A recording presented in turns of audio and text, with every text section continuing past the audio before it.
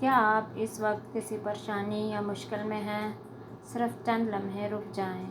قرآن کریم میں ایک ایسی دعا ہے جو حضرت یونس علیہ السلام نے مشکل کے حالت میں اللہ تعالیٰ سے مانگی تھی۔ بسم اللہ الرحمن الرحیم۔ ایاک نعبد و ایاک نستعین۔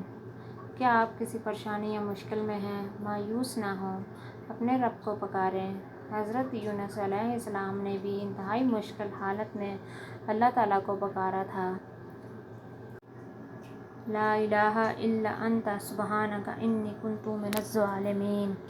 سورۃ انبیاء آیت نمبر 87۔ یہی الفاظ قرآن کریم میں حضرت یونس علیہ السلام کی دعا کے طور پر آئے ہیں، جس کا ترجمہ ہے: اے اللہ، تیرے سوا کوئی معبود نہیں، تو پاک ہے، بے شک مجھ سے کوتاہی ہوئی۔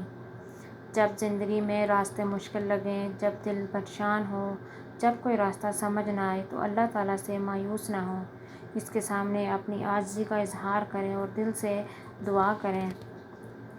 آئیں سب مل کر دعا کرتے ہیں۔ اے اللہ، ہماری تمام پریشانیاں دور فرما، ہماری مشکلات آسان فرما، ہماری دعائیں قبول فرما اور ہمیں اپنے قریب کر لے۔ آمین ثم آمین۔ اگر یہ دعا آپ کے دل کو چھو جائے تو اسے اپنے پیاروں تک ضرور پہنچائیں۔ اللہ تعالیٰ آپ سب کا حامی و ناصر ہو۔ آمین ثم آمین۔ جزاک اللہ خیر۔